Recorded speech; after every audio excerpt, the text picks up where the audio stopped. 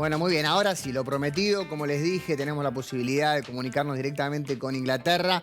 Voy a presentarla como se merece realmente. Ya hemos tenido la posibilidad de charlar con ella el año pasado, con Marta Cohen, patóloga pediátrica argentina que vive en el Reino Unido. Más de una década, especializada en la investigación de la muerte súbita de niños lactantes en la ciudad de Sheffield. El año pasado la habíamos llamado porque fue nombrada también miembro de la Orden del Imperio por la reina Isabel II del Reino Unido. Digo todo esto para, obviamente, darle la bienvenida a ella. ¿Qué tal, Marta? ¿Cómo estás? Hola, bueno, muchas gracias por invitarme de nuevo a tu programa y bueno, acá estamos. Estás en el Sobre, hospital, ¿no?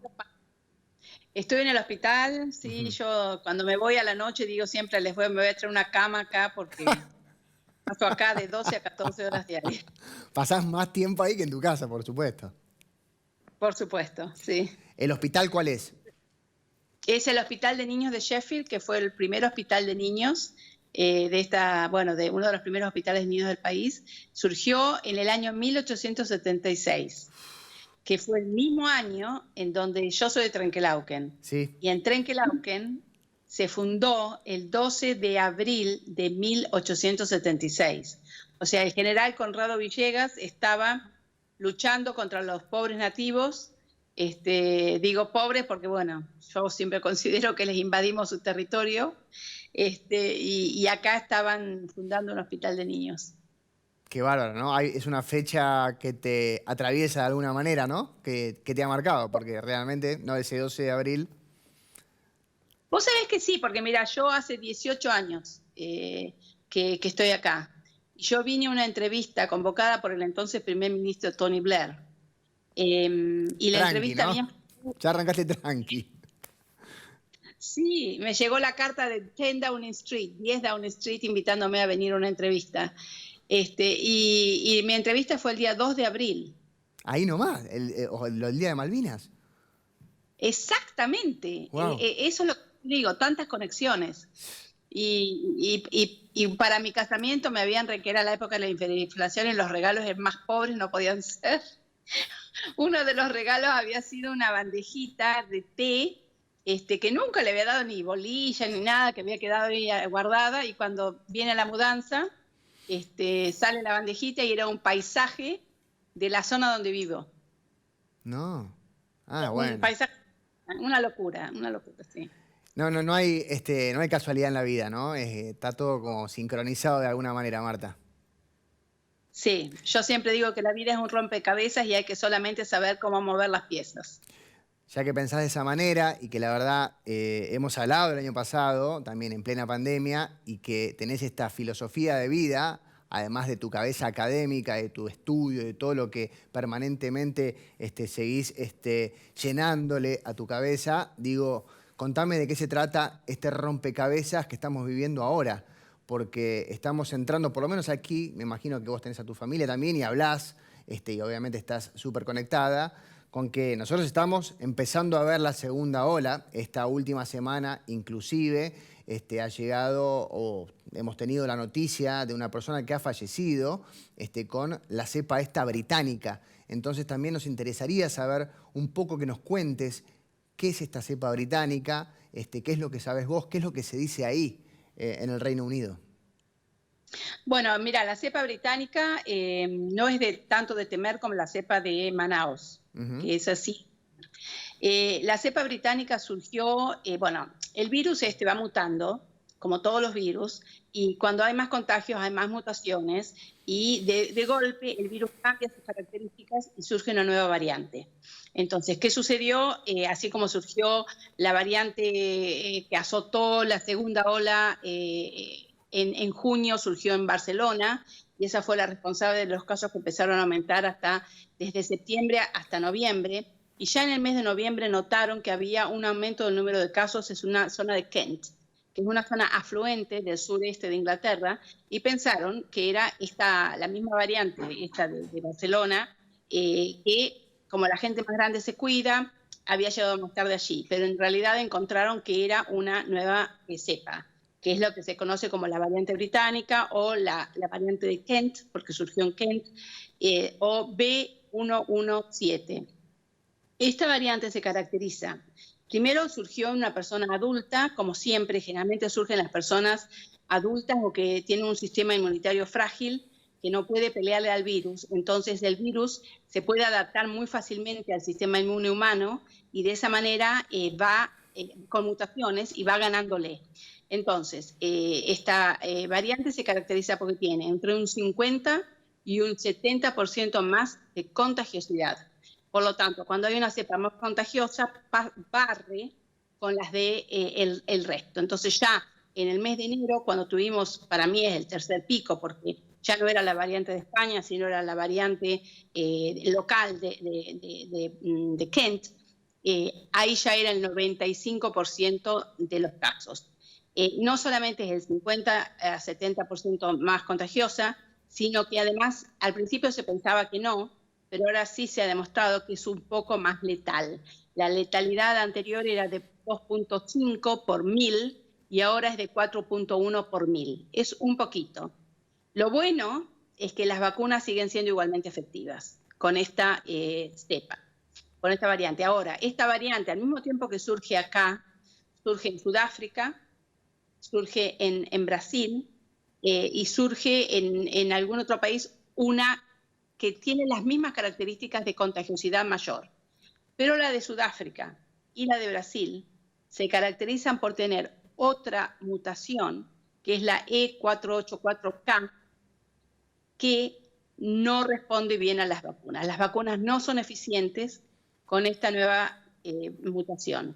Y por lo tanto, las personas vacunadas pueden igual enfermarse gravemente por la cepa de Manaus o la cepa de Sudáfrica. Las dos comparten esta misma E484K. Por lo tanto, las vacunas hay que modificarlas, se están modificando, pero eso va a llevar, para las vacunas de Oxford, por ejemplo, en octubre recién. Así que bueno, es mi temor con Argentina es la cercanía con Brasil. O sea que vos estuviste, me imagino, escuchando lo que se estuvo diciendo. ¿Estás de acuerdo con cerrar las fronteras sí. directamente? Yo lo propuse hace un par de semanas ya, o sea, cuando me hacen una pregunta, sí, hay que cerrar la frontera o si uno entra del lado de Brasil, tiene que ser no solamente con los hisopados negativos, sino que además tiene que hacer la cuarentena antes de entrar en el territorio argentino, en la frontera o en el aeropuerto, etcétera. ¿Qué es lo que se está haciendo aquí ahora? Y ya se está pensando que va a haber pasaportes sanitarios, es decir, que la gente que viaje a otros países viaja con un pasaporte con las dos vacunas y con el test negativo, porque, bueno, lamentablemente la situación ha mejorado un poco. Yo soy una persona optimista y siempre, si vos comparás esto con la pandemia anterior, ¿cuál fue la pandemia anterior? La gripe española. Sí. Ah, la gripe aviar. No, la gripe española. Sí. Exacto, porque la gripe aviar no fue una pandemia, No, o sea, razón. fueron brotes, pero las pandemias así tan letales que afectan a la humanidad pasan cada 100 años. Puede ser que haya dos en 100 años, pero bueno, esta es la que nos tocó.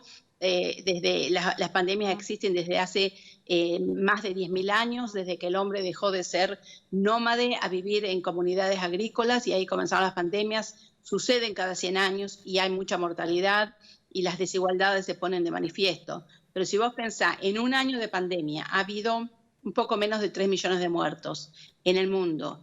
En un año de pandemia con la gripe española hubo de 25 a 50 millones de muertos. Claro. Había una guerra mundial y no había vacunas y no había terapia y no había oxígeno.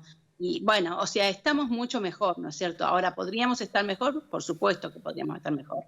¿Qué debemos hacer para estar mejor? ¿Qué debemos hacer para estar mejor?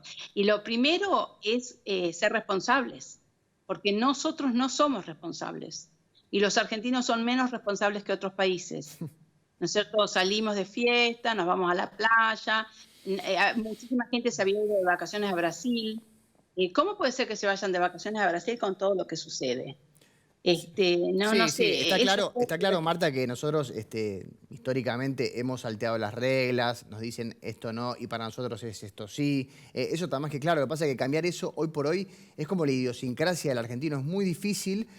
Hay que seguir trabajando con la comunicación. Por eso nosotros también no digo nos sentimos en la obligación, pero tenemos que seguir comunicando, tenemos que seguir diciéndole a la gente que hay que cuidarse, porque, digamos, la Sí. ciencia está trabajando pasos agigantados, tal vez como nunca, no sé, vos que estás hace tantos años en la ciencia, calculo que hasta a vos te has sorprendido de la manera que ha trabajado la ciencia en este año, ¿o Sí. no? Sí, mira, yo te cuento que me han hecho columnista de un diario inglés. Wow. Entonces, ¿De qué diario? ¿De qué es un diario? diario, es un diario que se llama el Sheffield Star y que tiene una columna Grosa, Marta. de Vamos. Telegraph. Pero es oficial del hospital, o sea, el diario le pidió al hospital si yo podía ser columnista. Excelente. Entonces yo dije que sí, y escribí, ya voy por mi tercer columna ahora. Qué bueno. Bueno, la primera exactamente fue en esto, fue sobre las pandemias, ¿no es cierto? Y precisamente lo que vos decís, y yo digo ahí en esa columna, que si vas a mi Instagram, @drmartacohen, o al Face, la podés encontrar en más o menos del mes de febrero, creo que fue publicada.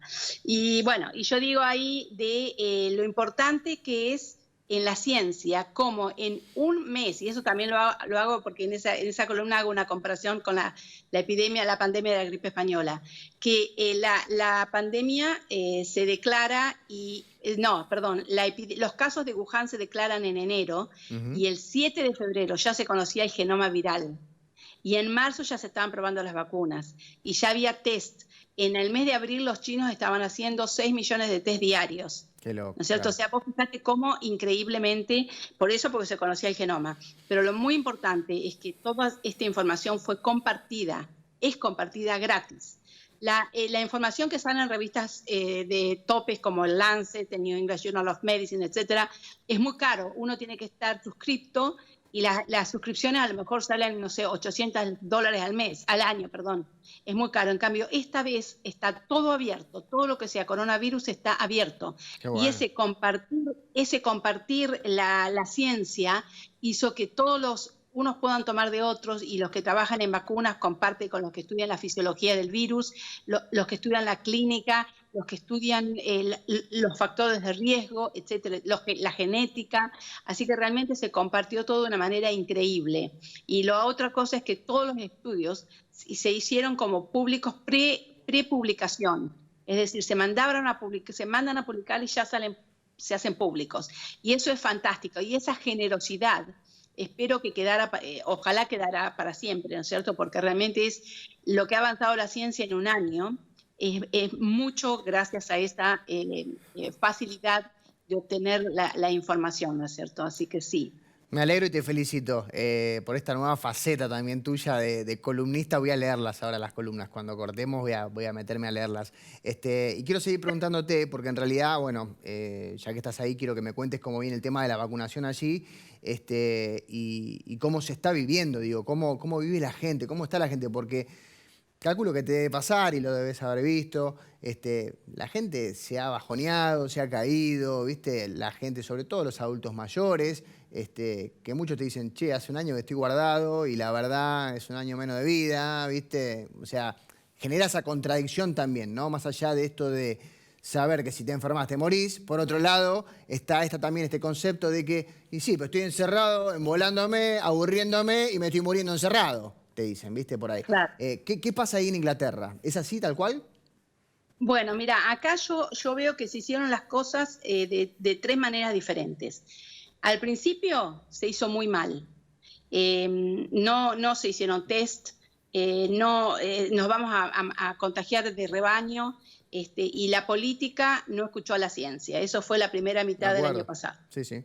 La segunda, un desastre, sí. La Sí, sí. segunda mitad del año pasado estábamos mejor, pero todavía no estaba muy bien compaginado. Ahora, a partir de enero, el gobierno la política escuchó a la ciencia. Se cerró todo, pasamos a una restricción increíblemente dura porque inclusive se cerraron las escuelas que no se habían cerrado en septiembre.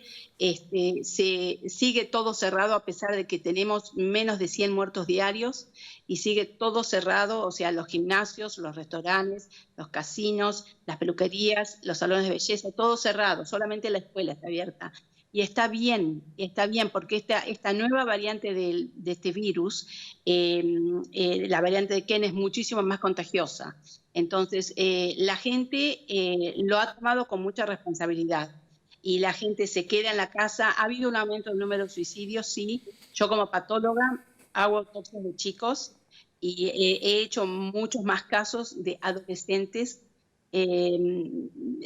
chicas de 14 a 17 años. Ha aumentado mucho. ¿Eso es depresión? Sí. ¿Esos son problemas de salud mental? Sí. Y lo peor es que esto va a seguir. Esto no se va a terminar cuando las cuestiones de salud mental cuando termine la pandemia. Pero en general, la gente está, digamos, optimista de que el precio pagado de la cuarentena está surtiendo el efecto. Ya hay más de 28 millones de vacunados. Los casos bajaron de ser 1.890 muertes a lo mejor menos de 60 en un día. Ojalá no haya nada, pero no, bueno, claro. Estamos, la ciudad se está abriendo, sabemos que recién en junio vamos a llegar a una vida más normal, pero a pesar de que va a llegar una vida más normal, espero que no sea como el verano anterior, en donde no había casos, entonces se abrieron los bordes, la gente salió de vacaciones, no se usaba máscara. Se descontroló. En cambio ahora nos tenemos que hacer testeos, tenemos que usar la máscara, vamos a tener que viajar con restricciones. Claro. Si deciden viajar con lo del pasaporte, ¿no es cierto?, que están diciendo, pasaporte sanitario, es decir, que está bien, porque no podemos seguir otro año más así, ¿no es cierto? Y probablemente en el mundo va a tardar hasta el 2022 en terminar la pandemia, pero a lo mejor en los países en donde se haga, digamos, la gente sea responsable, se hagan testeos y se haga mucha vacunación, se pueda controlar la transmisión del virus, a lo mejor va a terminar antes, pero no va a ser antes del 2021, creo yo. Marta, con respecto a esto que decías recién, de que está todo cerrado, menos por ahí los colegios, yo lo traslado para acá, porque digo, en un punto uno habla con la gente, con los amigos, y que te dicen, no, yo si me cierran de vuelta no puedo sostener el laburo. ¿Cómo es eso ahí? Porque digo que hay un plan de contingencia económica real para que la gente pueda estar bien, porque realmente acá han cerrado muchos comercios, no sé si allí ha sucedido lo mismo. Entonces, con los que vos hablás, que son, no sé, emprendedores, empresarios, que también han atravesado lo que vos decís también, ¿no? Esta cuestión de la depresión porque han visto cómo se le ha ido el negocio de las manos. Entonces ya empiezan a jugar otros factores también de la salud mental. ¿Cómo han hecho o cómo hacen para contener todo esto? Bueno, el gobierno está pagando el 80% de los salarios. Es decir, el gobierno está pagando el 80% de los salarios de todo el mundo, inclusive de compañías privadas, se les está dando ayuda económica. Eso sigue todavía, y eso va a seguir hasta el mes de junio. A partir de marzo, la gente que puede volver a trabajar va a volver a trabajar, pero la gente que por alguna razón, por ejemplo, personas más de 60 años que tienen alguna condición preexistente, quieran quedarse en su casa trabajando o no puedan venir a trabajar, se les va a seguir pagando el salario el 80%. Y eso es una gran inversión. Por supuesto, va a haber que pagarlo. Ya hay muchas fábricas, muchos negocios que han cerrado. Por ejemplo, una casa tradicional, no sé, de 170 años, que es Debenhams, quebró. Wow. John Lewis, otra casa tradicional, ya cierra los negocios en muchísimas ciudades. Otros, Thornton, que son unos chocolates muy típicos de acá, que no sabía yo a raíz de todo esto, surgió en Sheffield. Se hace solamente venta online, o sea que va a cerrar, no sé, muchísimos negocios. O sea, la economía que venga después de la pandemia va a estar muy afectada. Acá y en el mundo. Y eso a mí me da miedo, porque siempre son el caldo de cultivo para las guerras y para las extremas derechas, ¿no?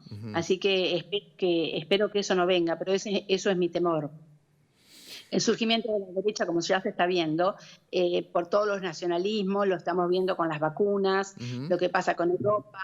En este momento la situación con el Reino Unido y Europa no está muy bien, porque, bueno, todo el tema de que la vacuna de Oxford, que Europa está decidiendo si la deja salir de la fábrica que tienen en Bélgica, AstraZeneca, porque tiene que ser primero para los europeos y luego para el resto del mundo. O sea, uno ve el surgimiento del nacionalismo y eso es por la falta de recursos, por la falta bueno, lo mismo va a pasar con la economía.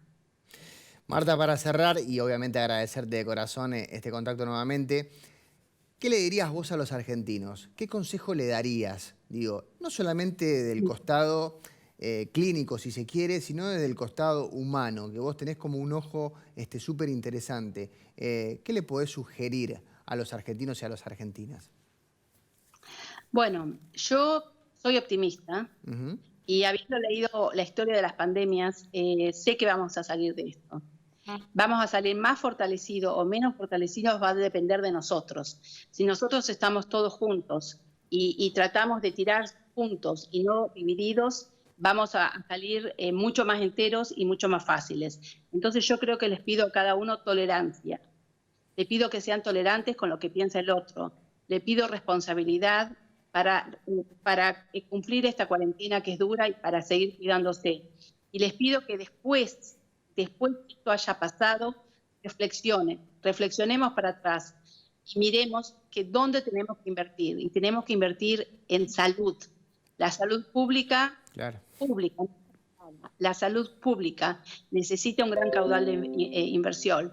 ¿Y qué otra cosa tenemos que invertir? Tenemos que invertir en educación, porque si la gente no está educada, no va a poder hacer caso y entender por qué uno debe cuidarse o tomar tal conducta o tal otra. Así que eso es. Pero en este momento estemos todos juntos, seamos optimistas y seamos tolerantes. Doctora Marta Cohen, como siempre es un placer escucharte, aprendo muchísimo, aprendemos todos muchísimo, te deseamos todo lo mejor y bueno, hasta un próximo contacto, ¿te parece? Gracias. Bueno, gracias. Chao y cuídense.